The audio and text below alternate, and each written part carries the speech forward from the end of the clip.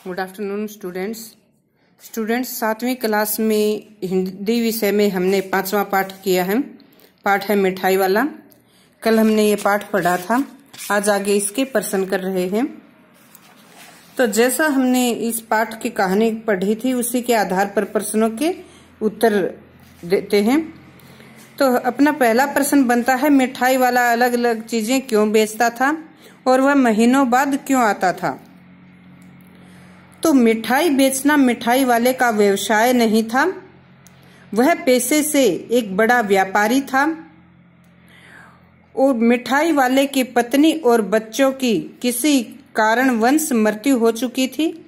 वह अपने बच्चों से बहुत प्यार करता था, दूसरे बच्चों में अपने बच्चों की छवि देखता था और इसलिए दूसरे बच्चों को खुश करके उसके मन को खुशी मिलती थी।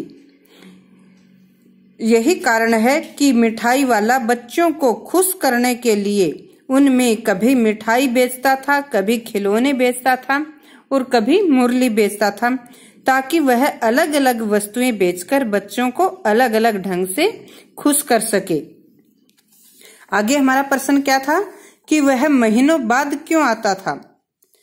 तो क्योंकि मिठाई वाले का पेशा मिठाई बेचना उसका पेशा नहीं था, वह पेशे से व्यापारी था।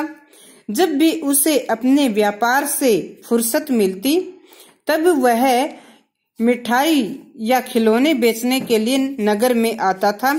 इसीलिए वह बहुत समय बाद, कई महीनों बाद नगर में आता था। अगला प्रश्न है, मिठाई वाले में वे कौन से गुण थे जिनकी वजह से बच्चे बड़े भी उसकी ओर खींचे चले आते थे। तो मिठाई वाले की आवाज बहुत मधुर थी। वह मधुर स्वर में गीत गाकर बच्चों को अपनी वस्तुएं खरीदने के लिए आकर्षित करता था। उसकी आवाज इतनी मधुर थी कि बड़े भी उसकी ओर आकर्षित होते थे।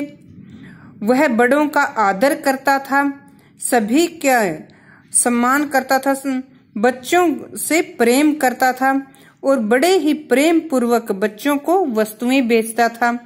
इसीलिए सभी उससे प्रभावित थे। तीसरा प्रश्न है, विजय बाबू एक ग्राहक थे और मुरली वाला एक विक्रेता। दोनों अपने अपने पक्ष के समर्थन में क्या तर्क पेश करते हैं। तो विजय बाबू जो कि मुरली वाले से मुरली खरीदते हैं, एक ग्राहक हैं और मुरली वाला एक विक्रेता। तो दोनों ही ग्राहक और विक्रेता के पक्ष में समर्थन देते हैं। विजय बाबू मुरली वाले पर आरोप लगाते हुए कहते हैं कि दुकानदारों की यह आदत होती है कि वह अपनी वस्तुओं का मूल्य बढ़ा चढ़ा कर बताते हैं और ग्राहक को खुश करने के लिए वे उसका मूल्य कम कर बताते हैं।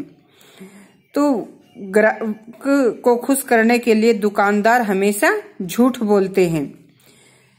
तो विजय बाबू के इस तर्क का उत्तर देते हुए मुरली वाला कहता है कि दुकानदार चाहे कितनी ही सस्ती वस्तुएं दे, परंतु ग्राहक की आदत होती है कि वे हमेशा दुकानदार पर शक करते हैं और वे हमेशा उसे लुटेरा समझते हैं। अगला प्रश्न क्या है, खिलौने वाले के आने पर बच्चों की क्या प्रतिक्रिया होती थी। खिलौने वाला जब भी मधुर स्वर में गीत गाता हुआ अपने खिलौने लेकर नगर में आता था तो बच्चे उसकी मधुर आवाज सुनकर उसकी तरफ दौड़ पड़ते थे। बगीचे में खेलने वाले बच्चे खिलौने वाले की आवाज सुनकर उसकी तरफ दौड़ते थे। दौड़ते हुए बच्चों में किसी बच्चे का जूता निकल जाता था, किसी बच्चे की पतलून निकल जाती थी, किसी बच्चे को दौड़ते हुए कोई गिर पड़ता था और इसी प्रकार से सभी दौड़ते हुए मिठाई वाले या खिलौने वाले को घेर लेते थे और अपनी तोतली आवाज में उससे खिलौने खरीदते थे। अगला प्रश्न है, रोहिणी को मुरली वाले के स्वर में खिलौने वाले का स्मरण क्यों हो गया था।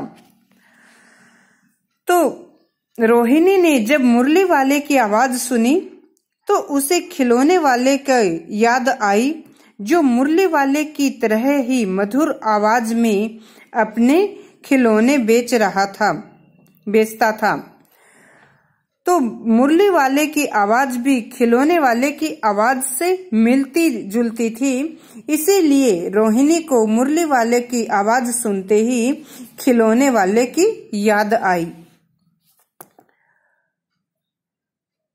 किसकी बात सुनकर मिठाई वाला भावुक हो गया। उसने इन व्यवसायों को अपनाने का क्या कारण बताया। दादी माँ की बात सुनकर मिठाई वाला भावुक हो गया, क्योंकि दादी माँ ने मिठाई वाले से उसके जीवन के बारे में पूछा था। तो दादी माँ के पूछने पर उसे अपने पत्नी और बच्चों की याद आई और वह भावुक होकर रोने लगा। उसने दादी माँ से बताया कि ये मिठाई बेचना उसका व्यवसाय नहीं है, बल्कि वह दूसरे बच्चों को खुश करने के लिए वह ये सब व्यवसाय अपनाए हुए है। अब इस बार ये पैसे न लूंगा। कहानी के अंत में मिठाई वाले ऐसा क्यों कहता है। देखो, जब दादी माँ मिठाई वाले से उसके घर के बारे में पूछती है तो मिठाई वाला भावुक हो जाता है। उसे अपने बच्चों की याद आती है और मुन्नू और चुन्नू में वह अपने बच्चों की छवि देखता है। इसीलिए वह मुन्नू और चुन्नू को एक कागज में मिठाई डाल कर देता है और उसके पैसे लेने से मना कर देता है। अगला प्रश्न है, इस कहानी में रोहिणी चिक के पीछे छिपकर बात करती है। क्या आज भी औरतें चिक के पीछे छिपकर बात करती हैं? यदि करती हैं तो क्यों? आपकी राय में क्या यह सही है? तो पहले तो हम चिक का अर्थ जानेंगे। चिक का अर्थ पर्दा या चटाई होता है। तो देखो, इस बात से पर्दा प्रथा, महिलाओं की जो पर्दा प्रथा है उसका पता चलता है। रोहिणी एक ग्रामीण महिला है और वह पर्दा करती है। तो आज के समय में शिक्षित महिलाएं जो कि अन्य व्यवसाय करती हैं, तो ये शिक्षित महिलाएं आज इस प्रथा में विश्वास नहीं करती हैं। शिक्षित महिलाएं पुरुषों के समान ही हर क्षेत्र में कार्य करती हैं। और कुछ ग्रामीण महिलाएं जो आज भी रूढ़िवादी विचारों की हैं, जो आज भी रोहिणी की तरह ही पर्दा प्रथा में विश्वास करती हैं। हमारी राय में यह बात सही नहीं है, क्योंकि महिलाओं को भी पुरुषों के समान अपने विचार व्यक्त करने का अधिकार है। उनको भी पुरुषों के समान ही स्वतंत्रता प्राप्त करने का अधिकार है। तो ये 8 प्रश्न जो हमने किए हैं, आपको ये जैसा समझा है उसी के अनुसार नोट करने हैं और याद भी करने हैं।